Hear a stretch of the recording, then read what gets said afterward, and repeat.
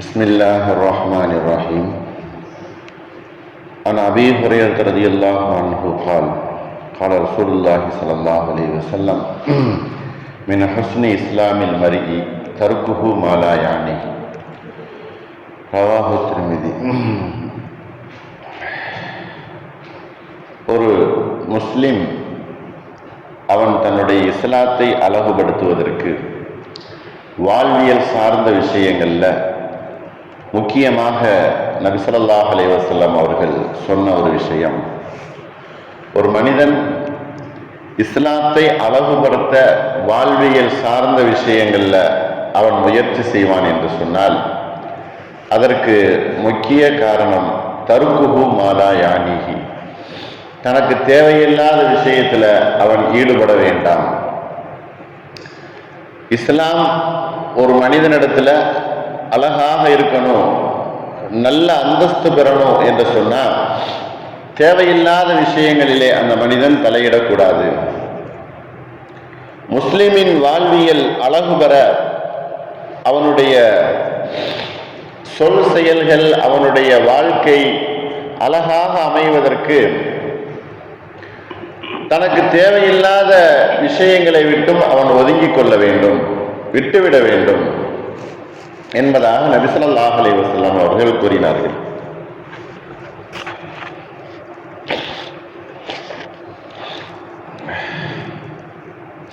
தேவையில்லாத காரியங்கள் என்பது மனிதன் உலகத்துல ஒன்று உலகம் சார்ந்த பயனுள்ள காரியங்களாக இருக்கணும், இல்லைன்னா மறுமை சார்ந்த பயனுள்ள காரியங்களாக இருக்க வேண்டும். உலகம் சார்ந்த பயனற்ற காரியங்கள் அல்லது மறுமை சார்ந்த பயனற்ற காரியங்கள், இவைகள் அனைத்துமே வீணான காரியங்கள் தான். ஒரு செயலை செய்தாலோ அல்லது ஒரு பேச்சை பேசினாலோ அல்லது ஒரு செலவு செய்தாலோ அது உலகத்திற்கு பயனுள்ளதாக இருக்கணும், இல்லைன்னா மறுமைக்கு பயனுள்ளதாக இருக்கணும். எதுக்குமே பயனில்லாத எந்த ஒரு காரியமும் ஒரு மனிதனுடைய, ஒரு முஸ்லிம்னுடைய வாழ்வியல் சிறந்ததாக அழகாக அது ஆகாது. அல்லாஹ் திருமறையில சொல்லும்போது வமன் அஹ்ஸன தீன மிம்மன் அஸ்லம வஜ்ஹஹு லில்லாஹி வ ஹுவ முஹ்ஸினுன், எந்த ஒரு மனிதர் அல்லாஹ்வுக்கு முழுமையாக கட்டுப்பட்டு பணிந்து தன்னையும் நல்ல வாழ்க்கை நெறியை பின்பற்றுகிறார், அவரை விட சிறந்தவர் உலகத்தில் யாராவது இருக்க முடியுமா என்பதாக அல்லாஹ் கேட்கிறார். உலகத்தில் ரெண்டு மனிதர்கள் நற்பண்புடையவர்கள், முஹ்சின் என்பதாக சொல்லப்படும், முஸி என்பதாக சொல்லப்படும் கெட்ட மனிதர்கள்.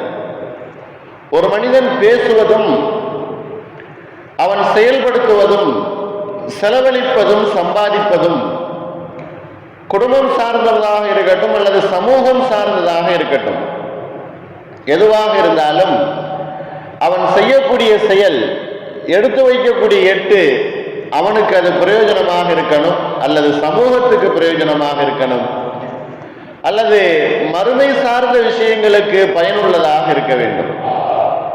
இன்றைக்கு நம்மிலே சில நபர்கள் அவர்களுடைய வாழ்க்கை பூராவுமே தேவையற்ற காரியங்களிலே தங்களுடைய மூக்கை நுழைப்பார்கள்.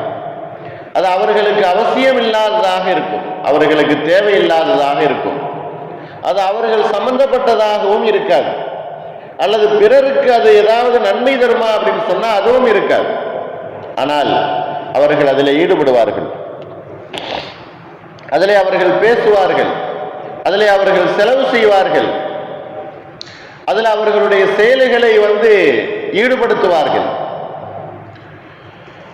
அப்படிப்பட்டவர்களைத்தான் அல்லாஹ் இந்த ஆயத்தில் அல்லாஹ் சொல்லுகிறான், அல்லாஹுக்கு முழுமையாக பலிப்பட்டு தன்னுடைய வாழ்வியல் நெறிகளை முழுமையாக நெறி நிறுத்தியவரை விட உலகத்தில் சிறந்தவர் யாராவது இருக்க முடியுமா?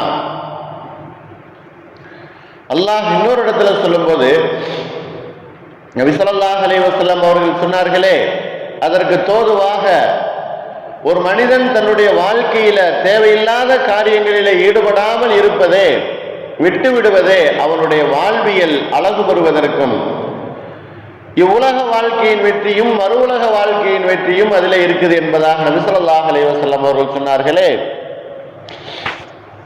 அந்த விஷயத்தை தான் அல்லாஹ்வும் குர்ஆன்ல சொல்கிறான். கத் அஃலஹல் முஃமினூன் அல்லதீன ஹும் ஃபீ ஸலாத்திஹிம் காஷிஊன் வல்லதீன ஹும் அனில் லஹ்வி முஅரிதூன்.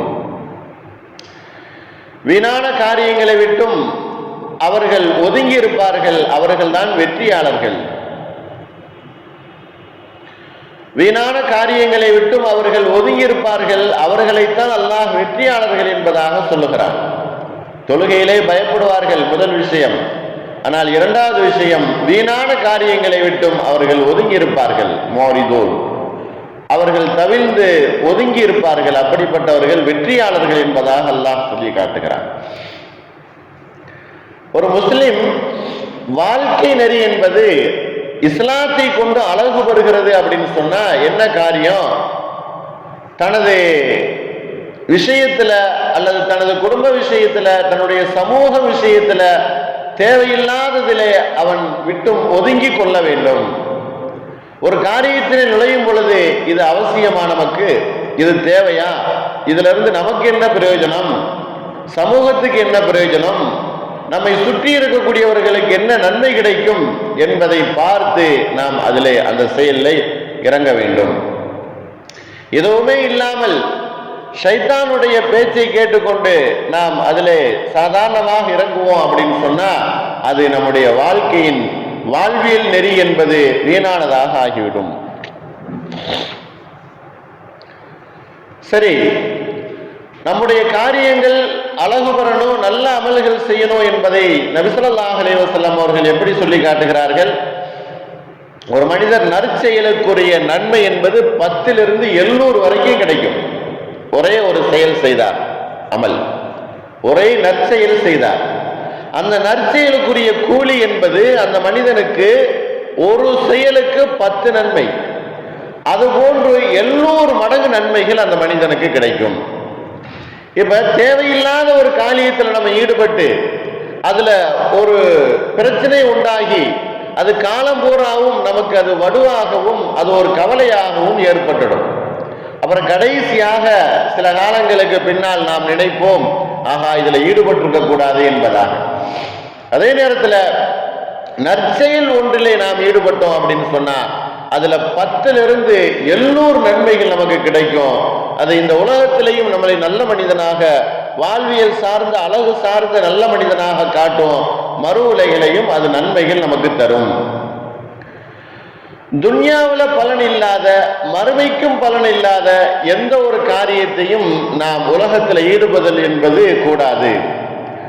ஒரு மனிதன் தன் இஸ்லாத்தை கொண்டு அழகு பெறுகிறான் அப்படின்னு சொன்னா தேவையில்லாத காரியங்களை விட்டும் அவன் ஒதுங்கி கொள்ள வேண்டும். இதை அபூ ஹுரைரா ரலியல்லாஹு அன்ஹு அவர்கள் அறிவிக்கிறாங்க. ஜாமி திர்மிதியில் இந்த ஹதீஸ் இடம்பெற்றிருக்குது. இதுல சில விளக்கங்கள் சொல்லும் போது முஹத்திஸ்கள் சொல்கிறார்கள், சந்தேகத்திற்கிடமான காரியங்களை கூட நாம் விட்டுடணும். அது நன்மையா தீமையா, அதுல எந்த விஷயம் நமக்கு நன்மை தீமை என்பதாக சந்தேகமாக இருக்குது, யார்ட்டையாவது கேட்டு தெரிந்து கொள்ளக்கூடிய சூழ்நிலை இருக்குது அப்படின்னு என்றிருந்தாலும் அந்த காரியத்தை கூட நாம் விட்டுவிட வேண்டும்.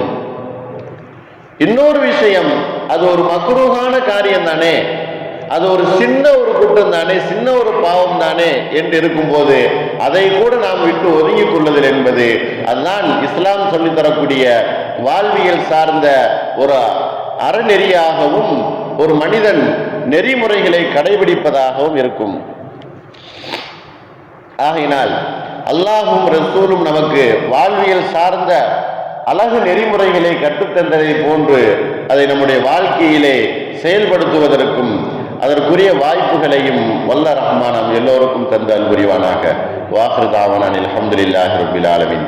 அஸ்ஸலாமு அலைக்கும் வரஹ்மத்துல்லாஹி வபரகாத்துஹு.